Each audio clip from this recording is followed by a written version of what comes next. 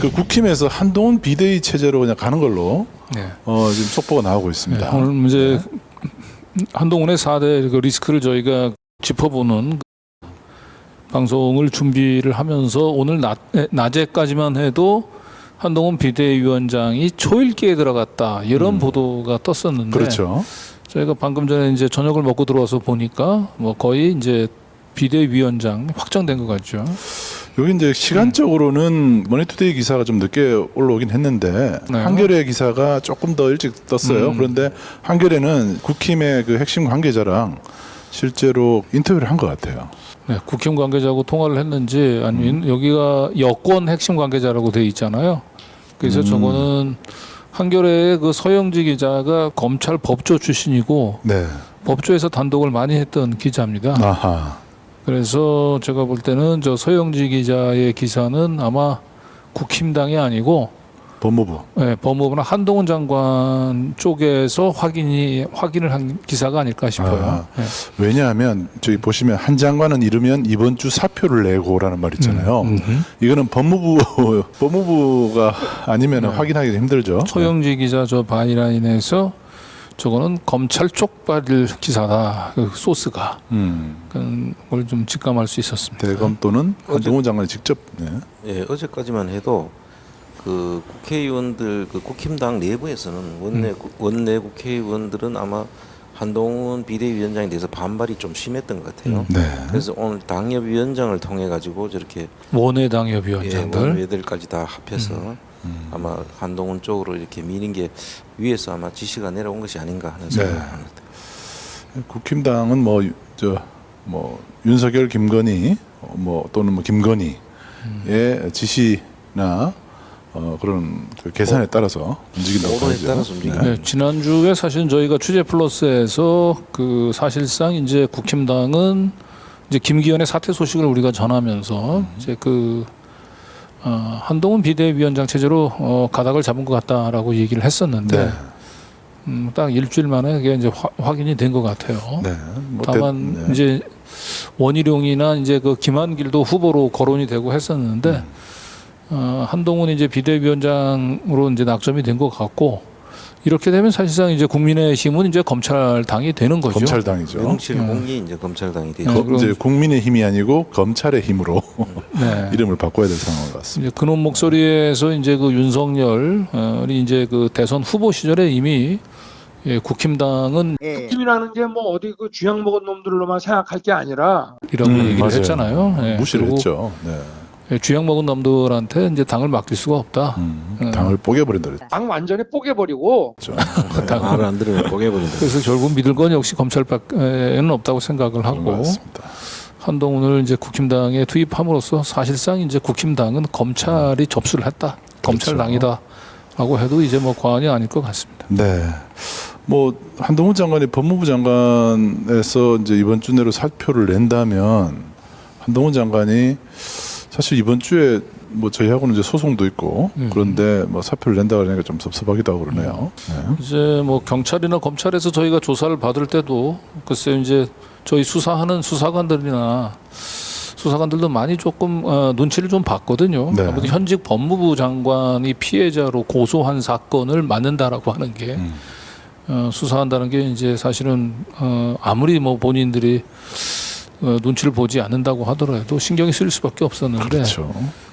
어쨌든 뭐 저희로서도 한동훈 비대위원장 체제는 뭐 대충 예상을 했던 거긴 하고요. 차라리 그냥 이제 정치인이 돼서 네. 정치인이 돼서 이제 뭐 우리는 저희 이제 뉴탐사 입장에서는 나쁠 건 없죠. 예, 소송이나 이제 수사를 진행하는 데 있어서는 뭐 나쁠 게 없을 것 같아요. 네. 그리고 저희 제보자들 가운데서도 한동훈이 법무부 장관에서 좀 비켜나면 예, 그때 좀 제보하겠다라고 하셨던 분들도 좀 있고요. 오셨습니다. 네. 또 이 말 듣고 또 한동훈 장관 또 다시 법무부로 해군을 하는 게 아닌가. 네. 예. 근데 뭐 우리 말은 잘 안 네. 듣더라고요. 네, 네. 예, 윤석열 정권은 네. 그 조이대 그 삼성 그 부패 범죄자 조이대를 어떻게 그 대법원장에 임명하냐고 저희가 얘기를 했더니 뭐 그냥 밀어붙이잖아요. 그래서 우리 말을 안 들으니까 예. 네. 그건 걱정 안 해도 될 것 같아요. 네. 자, 뭐 친윤 언론들은 한동훈 장관 사실 뭐 엄청 띄웠죠. 뭐 거의 국힘 비대위원장으로 뭐 네. 거의 뭐 언론은 이미 낙점을 시켜놓은 상황이었어요. 네. 민주당이 결국 정치인 한동훈을 이제 키워줬다.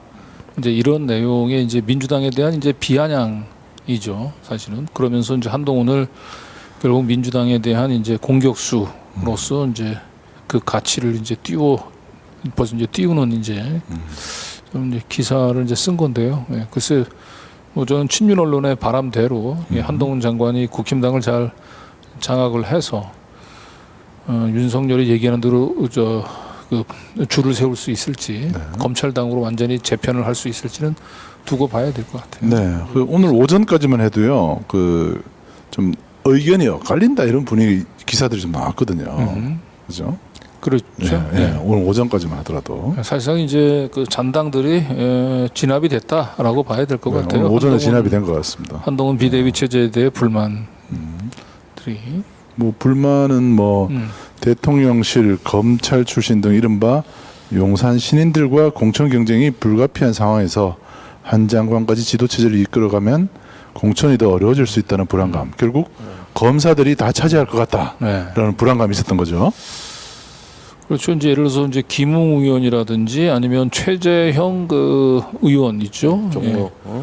특히 이제 최재형 의원 같은 경우는 한동훈이 이제 종로 출마설들이 종로 이제 많이 출마설이 흘러나오고 있었죠. 그랬잖아요. 네.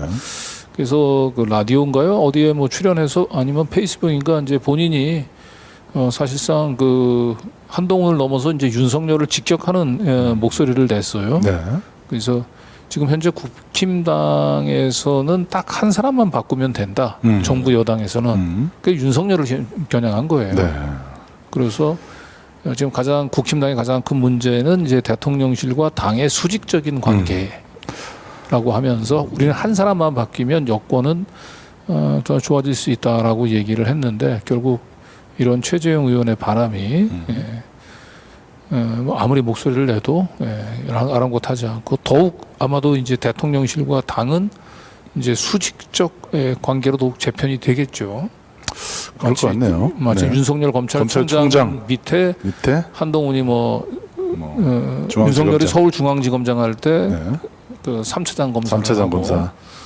그 체제가 되겠네요. 네, 검찰총장 할 때 이제 대검 뭐 반부패부장 검사 뭐 이런 걸 하는 것처럼 그렇게 이제 거의 뭐 지휘를 할 수 있는. 근데 뭐 아시다시피 그 지휘 라인이 한동훈 장관과 윤석열이 형식적으로 그렇지만 실질적으로는 김건희 한동훈 체제일 그렇죠. 가능성이 더 높죠. 그렇습니다. 네. 그 더 자주 막 카톡을 교환하지 않을까 싶어요. 카톡이 이제 300회를 넘어갈 것 같습니다. 아니 그 조금 전에 김웅 의원이라고 했는데 김웅 의원은 네. 저 검사 출신 아닌가요? 검사 출신이 검사. 맞죠. 근데 한동훈 장관에 대해서 좀 반대 의견을 좀 낼 수 있는 그런 국힘 의원으로 비주류로 지금 묶여 있는 것 같은데 그것도 한번 설명을 좀 해주시죠. 그거는 이제 원래 이제 한동훈이 역시 이제 그 출마를 하게 되면 유력한 그 출마 후보지 중에 하나가 이제 김웅 의원이 있는 송파거든요. 네. 그리고 또 다른 한편에서 김웅은 또 그 고발 그 사주 사건에 있어서 사실은 윤석열과 한동훈의 아킬레스건을 쥐고 있다고 봐도 과언이 아니에요. 아하. 그러니까 김웅 의원 입장에서 내가 뭐라고 얘기해도 윤석열 정권에서 나를 함부로 못할 것이다. 라고 하는 걸 이제 그 깔고 배수진을 깔고 일단 최소한 그 한동훈이 그 국힘 비대위원장 되는 거를 다른 사람은 몰라도 김웅은 이제 자기 몸값을 올리기 위해서라도 반대 목소리를 내는 게 좋죠. 네. 그럼 이제 더 이상 이제 내가 반대 목소리까지 냈는데 나를 내치지 마라. 뭐 이제 이런 경고의 의미가 좀 담겨 있다고도 볼 수 있을 것 같아요. 그 뒷배경에도 이런 게 있죠. 지금 현역 의원들은 검찰당이 되고 한동훈이 이제 비대위원장이 되면 이제 그 현역 의원들의 자리를 검찰 출신으로 다시 채울 수도 있다는 생각들이 있기 때문에 현역 의원들 입장에서는 한동훈이 비대위에 오는 것이 자체가 사실 달갑지 않죠. 그리고 김웅은 사실은 이제 그 검찰 내에 있어서 참 비주류였거든요. 네. 그러니까 윤석열, 한동훈은 이제 검찰 내 그 특수부 인맥을 중심으로 한 이제 주류였기 때문에 검찰 내에서의 이제 김웅은 좀 그런 검찰 주류 세력, 특수부 인맥들에 대한 이제 소외감들도 있을 거고 결국 자기는 같은 검찰 출신이긴 하지만은 결국 이렇게 특수부 인맥 중심으로 당이 재편이 되면 자기가 또 아무래도 상대적으로 또 밀릴 수도 있고 네. 아까도 얘기했던 대로 또 송파 쪽으로 또 그 출마할 수도 한동훈이 있죠. 또 출마할 수도 있기 때문에 강력한 아마 견제구를 날렸던 게 아닌가 싶어요. 그렇군요. 아무튼 뭐 국회의원들은 뭐 자기 지역구를 지키는 것이 뭐 윤 대통령, 뭐 김건희, 윤석열 이런 사람들보다 훨씬 자기한테 중요하기 때문에 네. 아마 더 좀 안테나를 탁 세우고 있을 것 같아요. 한동훈 비대위 체제에서 내 지역구는 어떻게 될 것인가. 자, 그런데 이제 우리가 한동훈의 리스크를 이제 본격적으로 살펴보기 전에 한동훈을 비대위원장으로 띄우는 것에 대한 그 국힘당의 기대감, 방금 전에 봤던 기사를 한번 좀 볼까요?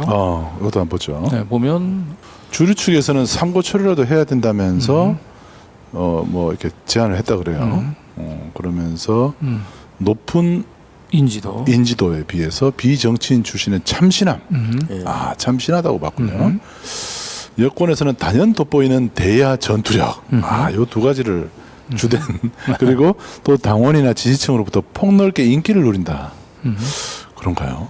네. 네. 멀어진 중도 부동층 민심까지 견인하며 내년 총선을 앞두고 판을 흔들 수 있다.